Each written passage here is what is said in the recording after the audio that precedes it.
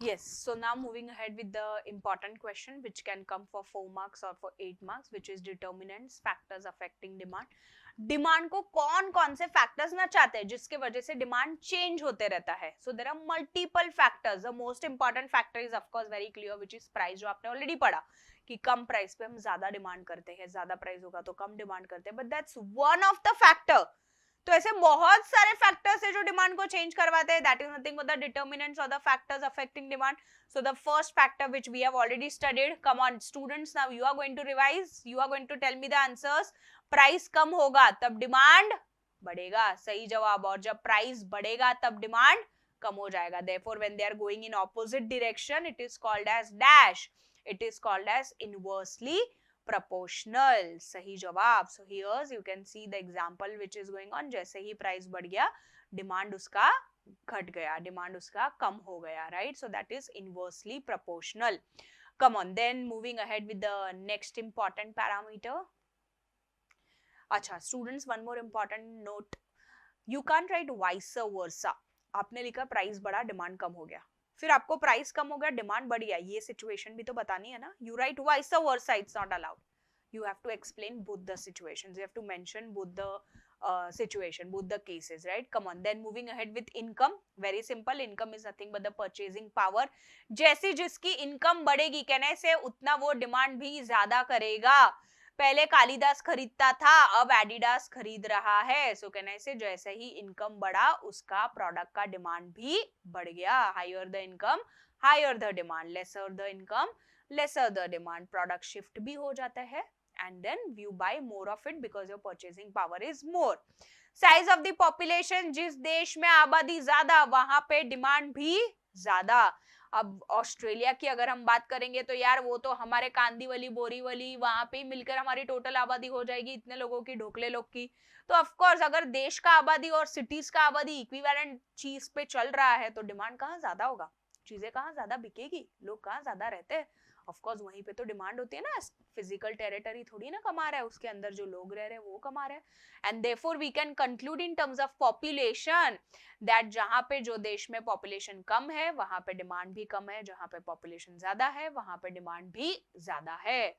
So here in case of composition of the population, composition in the sense when we talk about the age category, 0 to 14 है. चिल्लर party के ज्यादा बच्चे तो diaper ज्यादा बिकेंगे, सही बात है कि नहीं.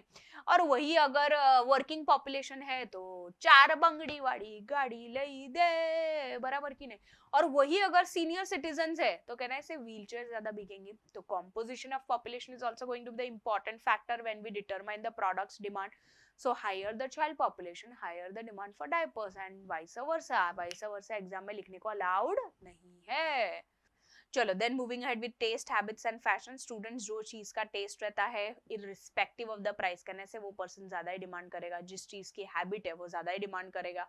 Again they do not see the factor price because there is a concept called as ceteris paribus. इसका मतलब होता है अदर थिंग्स बीइंग कांस्टेंट. इसका मतलब क्या होता है स्टूडेंट्स, जहां हम एक फैक्टर एक डिटर्मिनेंट की बात करते हैं तो वो टाइम पे बाकी सारे फैक्टर्स स्टैचू हो जाते हैं, वो सारे फैक्टर्स हम कंसीडर नहीं करते because one factor at a time. So here if a person is habitual, if a person has a particular taste, particular fashion, can I say even if the price is more they are going to demand more of it.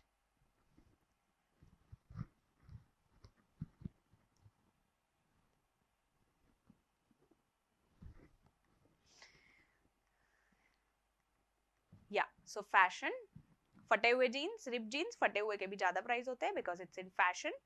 So outdated fashion the demand is less and the latest fashion the demand is more of it, right students. So here comes a conclusion.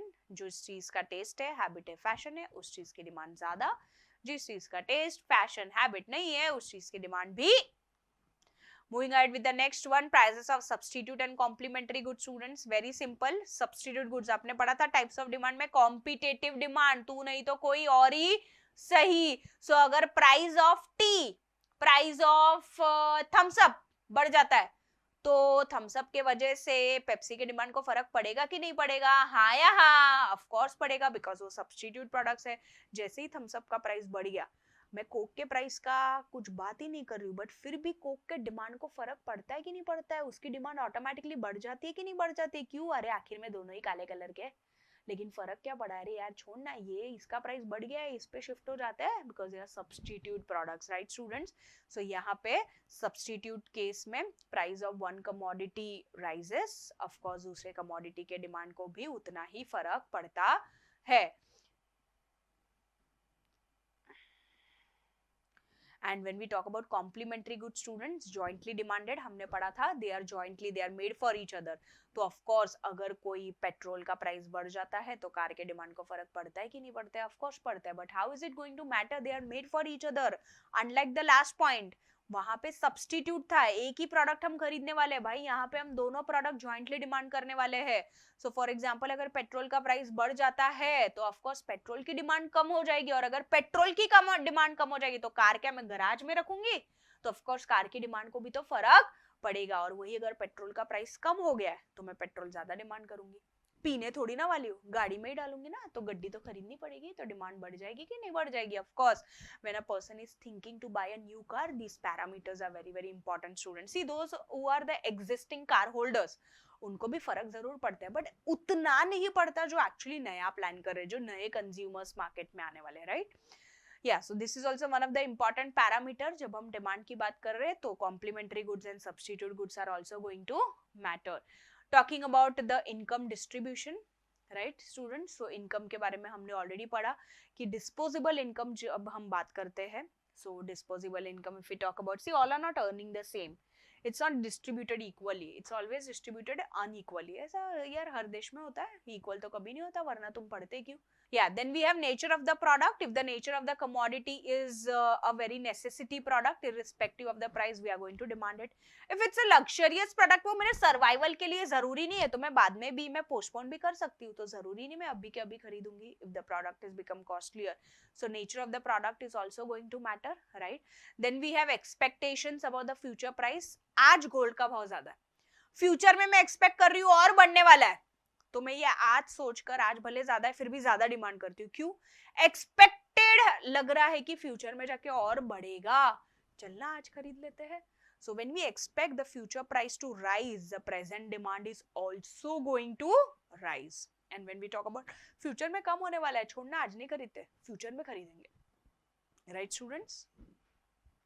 So it's directly proportional. Then we move ahead, advertisement जो दिखता है वो बिकता है, right students? सो advertisement जो product का रहेगा, awareness जितने प्रोडक्ट का रहेगा, तो ऑफ कोर्स उसका प्रोडक्ट का डिमांड भी बढ़ने वाला है. तो जितना वो बढ़ेगा, एडवर्टीजमेंट बढ़ेगा, उतना प्रोडक्ट बिकने के चांसेस ज्यादा, इसलिए उसका डिमांड भी ज्यादा. So if there is more advertisement, जैसे अमर टूथपेस्ट, मुझे बताइए स्टूडेंट्स, कोई वापरते हो क्या? सब Colgate, Pepsodent, Patanjali, right? Because उसका अवेयरनेस है. When we talk about Amar, यार that's an Indian brand toothpaste, but यार no one is aware about it. Why? Advertisement ही नहीं है, तो लोगों को पता ही नहीं है, तो वो लोग कहाँ से खरीदेंगे? तो जो प्रोडक्ट के एडवर्टीजमेंट ज्यादा, डिमांड ज्यादा, because people are aware about it. नहीं, एडवर्टीजमेंट खर्चा नहीं कर रहे, डिमांड कम है, therefore they are directly proportional, दोनों भी सेम डायरेक्शन में जा रहा है. Talking about the taxation policy, again that's a very important criteria. Income tax, income जो होती है उसके ऊपर ऑफ कोर्स हमें टैक्स पे करना पड़ता है.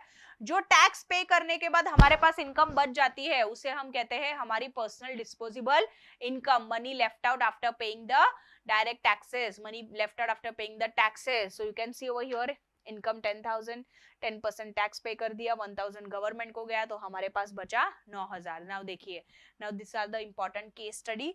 इनकम वही पे है, ceteris paribus, income remains the same, but कहने से वो पॉइंट पे टैक्स रेट बढ़ गया है 20%. So 2,000 goes to the government, you are left with 8,000. जैसे ही टैक्स बढ़ गया, आपकी डिस्पोजेबल इनकम कम हो गई, तो डिमांड भी कम हो जाएगा. Therefore more the tax, less is the demand. Then you have the other factors, students. In other factors there are many examples that you can write. जैसे climatic condition है, जैसे climatic condition बदलेगा, product का demand भी बदल जाएगा. जैसे ही season बदलेगा, वैसे ही product का demand भी बदल जाएगा. जैसे ही आपका place change हो जाएगा, वैसे ही product का demand बदल जाएगा. There is traditions and customs, of course Hindus, Muslims, there are different traditions and customs that the people follow. So tradition is also one of the parameter, जहाँ पे जैसे ही festive season आ गया, traditions होते हैं, तो वो प्रोडक्ट्स अकॉर्डिंगली बिकने लगती है. So here we complete one important question which is determinants of demand. Students, ये आपको आगे जाके लॉ में भी काम आने वाला है, बिकॉज लॉ में हम लोग सेट्रिस पेरिबस चीजें पढ़ने वाले हैं. So this is going to be important question. I hope it's clear to everyone. Thank you.